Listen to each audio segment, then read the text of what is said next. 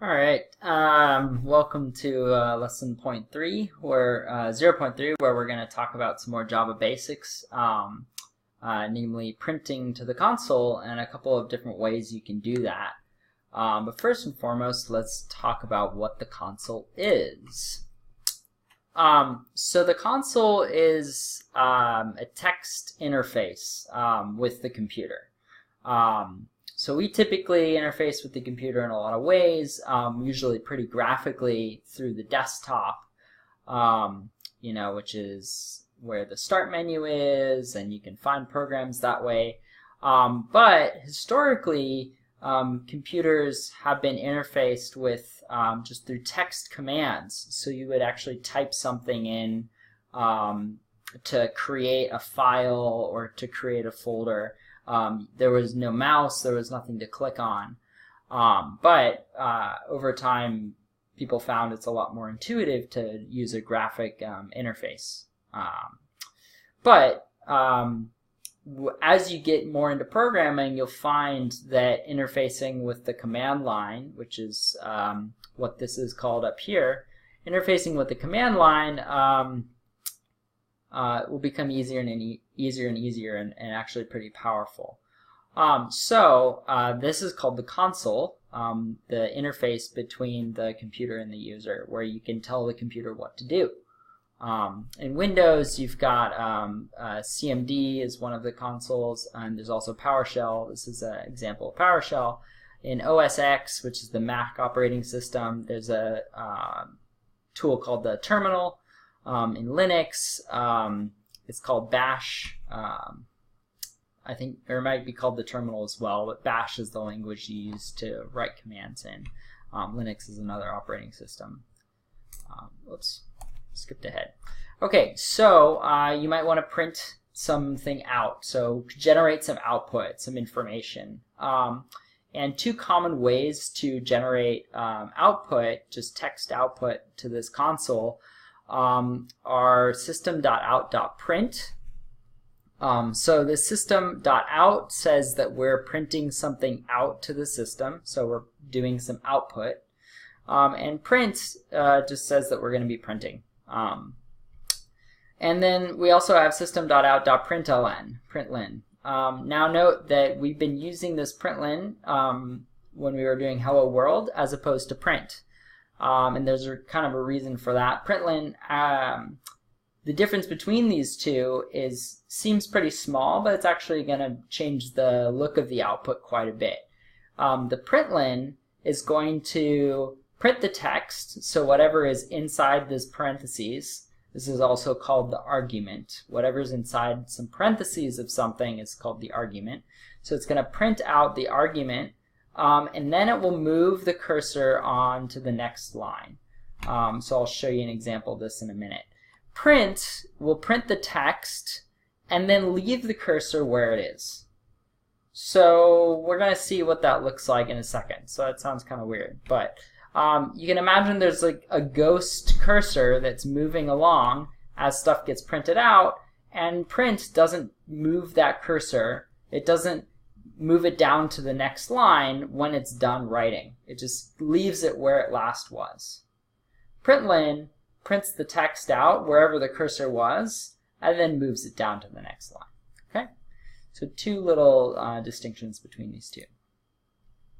So we want to print this output. Here's an example.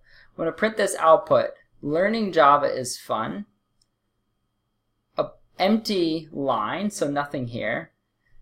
This line, which says an empty println, leaves a blank line. And then the line below it, which says use two print statements to print me. Okay? So this last one, we can actually break this up however we want to. We could write just the word use in one print and then the rest of this, or however we want to, okay?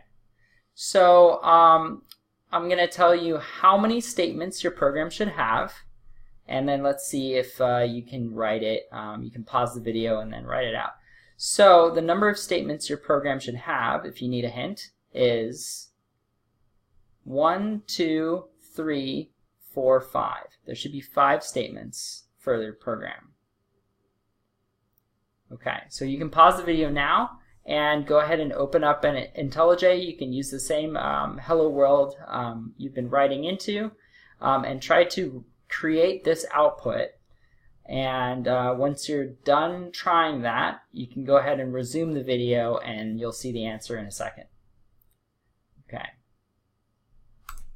So here's the answer. We have 5 statements.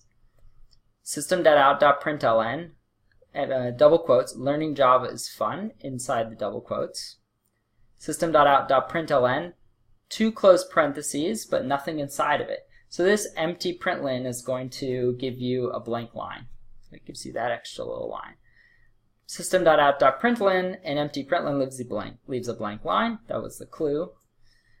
System.out.print, use 2 print statements and then a space here. Now this space could go at the end of this print or it could go at the beginning of this print. In either case, you need that space. Otherwise, statements and 2 are going to be glued together. And I can show you what that looks like here in a second. So I'm going to go ahead and open up a program and then show you what that looks like. So here's system.out.println, learning Java is fun. System.out.println, here's our empty print, system.out.println, and empty print leaves a blank line. I think it was something like that.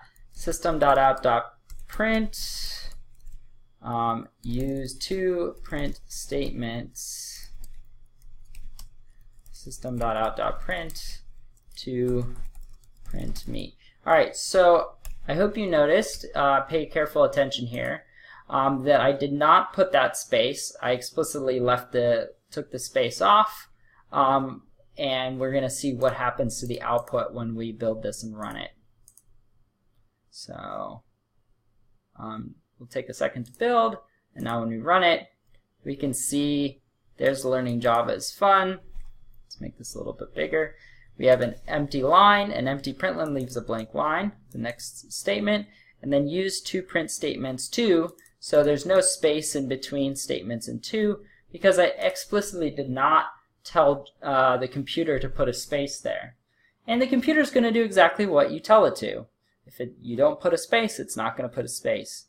So to fix this, we can either put the space there, or we can put the space in front of the 2. So let's go ahead and put it after statements, and when we now if we run it, it's actually smart. It's going to build it first and then run. Just as a good habit, I recommend building before running explicitly, but we'll just run it and it will recompile and then run again. So now note that it says use 2 print statements, and it puts a space in between statements and 2, which is what we want. Okay, so you know, it's not a huge deal, but trying to maintain accuracy and pay attention to these little things will pay out in the long term. Okay, let's go back. Okay, so you might be curious. Oh, let me move myself up here. Here we go. Okay, what if you wanted to print out like double quotes or you know, a backslash, some other things, like how could you print double quotes if you're using double quotes around the text? So for example, what if I wanted to put double quotes around Java? Now you see in this program here that as soon as I added those double quotes in, it suddenly got all angry at me, and Java's now red, and there's these red squiggly lines. And when I try to build this project, it's going to give me a bunch of errors. So it gave me 3 errors: parentheses expected, not a statement, semicolon expected. Now there's really only one error going on here, and that error is that I'm trying to put quotes inside of the string. But quotes are special. Quotes are what tell the computer that this thing is a string. So this, which I don't believe, yeah, we haven't talked about what strings are yet, but this text right here this is called a string of characters. It's referred to as a string. And we need the double quotes on either side to denote the contents of the string. And so if we want to actually print out a literal quote character, because it has a job already, which is to say what's the start of the string and what's the end of the string, you use what's called an escape character, which is the backslash symbol. Backslash is right above the enter key on most keyboards, or right below backspace, and it's like a slash, but it leans to the left as opposed to the right. So this is a backslash. This is a forward slash, one that leans forward as opposed to one that leans to the right instead. Okay, so we need backslashes in front of any double quote that we want to print. So note that this is like one character. It is just a backslash, or excuse me, just a double quote. And that's one character as well. That's just a double quote. Okay, so now once I put those two backslashes in, and when we build it, now it's not going to complain. There's no red anywhere. It compiled successfully. And when we run it, when we look down at this output, it says learning Java with quotation marks is fun. So that's how we can actually print a double quote, because it has a special job, and you can't just print it inside a string. You have to actually put those backslashes in there. Okay, so there's a couple other special characters that that you might want to print. That's like a single quote. Single quotes are also special. Single quotes go around single characters, so that they're used to denote what is a single character.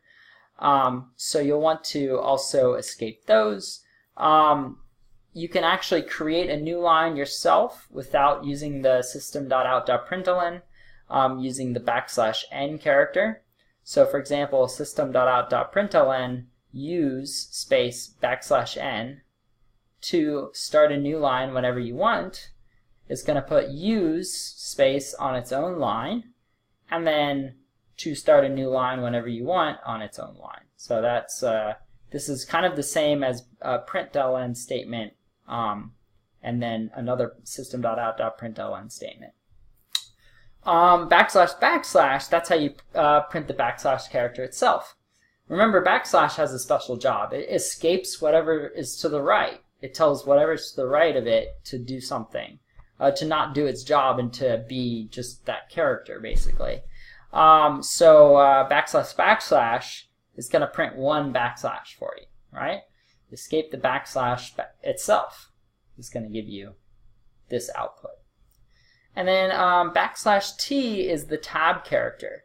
And it's weird, it's a little weird. What \t does is it's going to add spaces until you've got either a multiple, usually it's a multiple of 4 characters, but occasionally it's a multiple of 8 characters. So a \t with no characters there is going to give you 4 spaces total. Note that when we put \t, that's actually, sorry, my cats are meowing right now. They're a little bit hungry. Hold on a second. I'm going to close the door. Okay.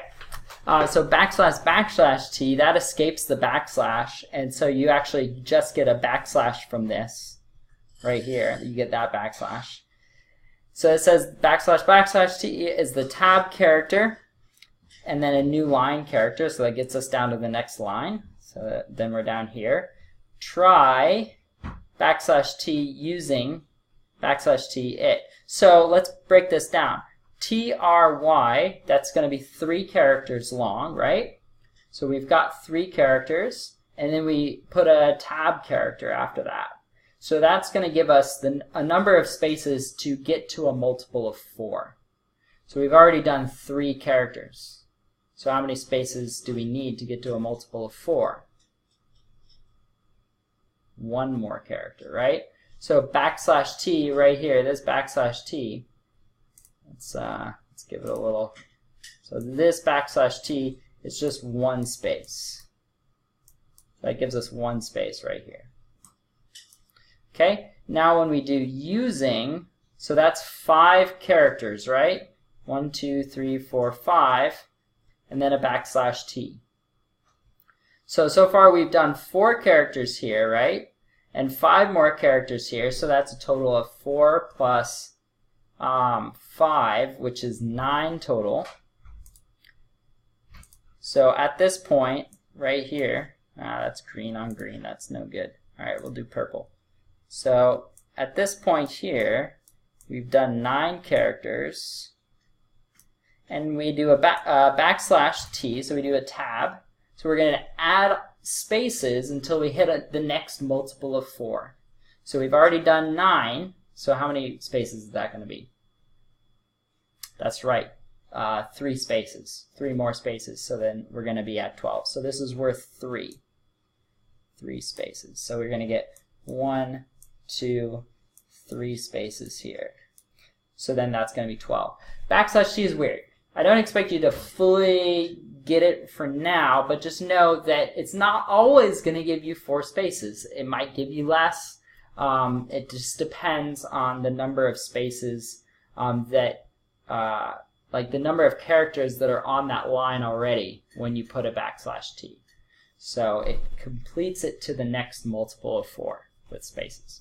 Okay, I'm going to go ahead and pause this video here because it's getting long enough, and we'll pick up in the next bit.